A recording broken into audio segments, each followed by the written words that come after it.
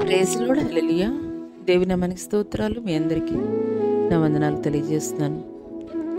ఈ దినం కొరకు దేవుడు సిద్ధపరిచినటువంటి మాటలు, ప్రియ సహోదరి సహోదరుడా, నీవు దేవుని సన్నిధిలో చేసేటువంటి ప్రార్థన, ఉపవాస ప్రార్థన, గంటల తరబడి చేసేటువంటి ప్రార్థన అయినప్పటికీ కూడా జవాబు పొందుకోలేనటువంటి స్థితిలో నీవు ఉంటున్నావా? అయితే ఈ మాటలు దేవుడు నీ కొరకే మాట్లాడుతున్నాడు. యెహోవా యందు నమ్మిక ఉంచు వారిని కృప ఆవరించుచున్నది. ఈ మాటలు వింటున్నటువంటి ప్రియ నేస్తమా,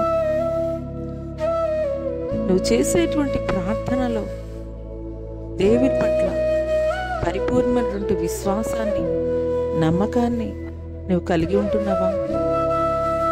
లేదా అపనమ్మకంతో నువ్వు చేసేటువంటి ప్రార్థనకి దేవుడు జవాబిస్తాడా లేదా అని ఆలోచనతోటి, అనుమానంతో నువ్వు ప్రార్థన చేస్తున్నావా?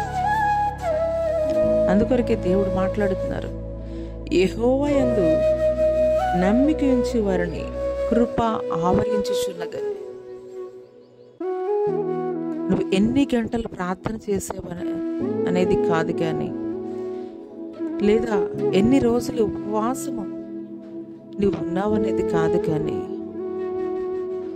దేవుని పట్ల నువ్వు ఎప్పుడైతే పరిపూర్ణమైనటువంటి నమ్మకాన్ని, విశ్వాసాన్ని నా దేవుడు మరణిశ్చయంగా నా జీవితంలో జరిగిస్తాడు, ఆలస్యమైనప్పటికీ కూడా శ్రేష్టమైన బహుమానాన్ని నేను పొందుకుంటాను దేవుని యొద్ద నుండి.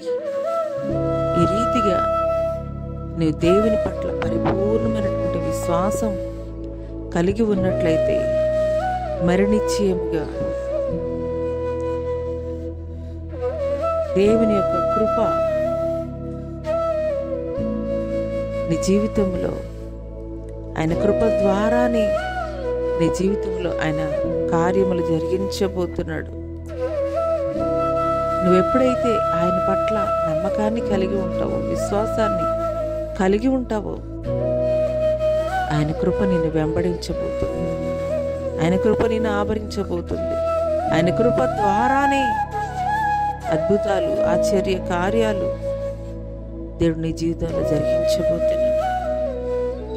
ఈ మాటలు దేవుడు నా కొరకే మాట్లాడుతున్నారని నీవు నమ్మగలిగినట్లయితే నువ్వు చేసేటువంటి ప్రార్థన మీద,